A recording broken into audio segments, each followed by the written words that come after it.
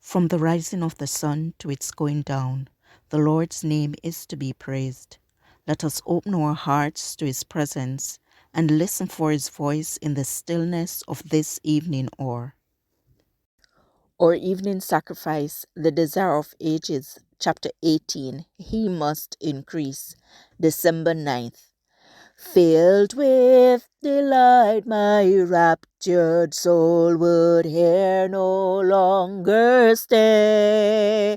Though Jordan's waves around me roll, fearless I'd launch away. I am bound for the promised land. I am bound for the promised land. Oh, who will come and go with me? I am bound for the promised land. This chapter is based on John 3, verse 22 to 36. He that hath received his testimony hath set to his seal that God is true. For he whom God hath sent speaketh the words of God. For God giveth not the Spirit by measure unto himself. The Father loveth the Son, and hath given all things into his hand. John 3, verses 33 to 35. The disciples of John had declared that all men were coming to Christ, but with clearer insight, John said, "No man receiveth his witness." So few were ready to accept him as the Saviour from sin. But he that hath received his witness hath set his seal to this, that God is true. John 3, verse 33. He that believeth on the Son hath everlasting life.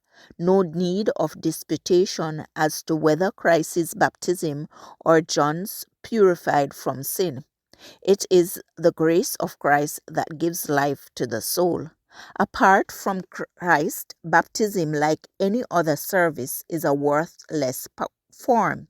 He that believeth not the Son shall not see life. The success of Christ's work, which the Baptists had received with such joy, was reported also to the authorities at Jerusalem. The priests and rabbis had been jealous of John's influence as they saw the people leaving the synagogues and flocking to the wilderness. But here was one who had still greater power to attract the multitudes. Those leaders in Israel were not willing to say with John, "He must increase, but I must decrease." They arose with a new determination to put an end to the work that was drawing the people away from them. Jesus knew that they would spare no effort to create a division between his own disciples and those of John. He knew that the storm was gathering which would sweep away one of the greatest prophets ever given to the world. Wishing to avoid all occasion for misunderstanding or dissension, he quietly ceased his labors and withdrew to Galilee. We also, while loyal to truth, should try to avoid all that may lead to discord and misapprehension. For whenever these arise, they result in the loss of souls. Whenever circumstances occur that threaten to cause division, we should follow the example of Christ and of John the Baptist. This passage was taken from The Desire of Ages, page 181, Pacific Press Publishing Association, copyright 2005, or Evening Sacrifice, December 9th. I encourage you to connect with God and receive strength to overcome obstacles each day.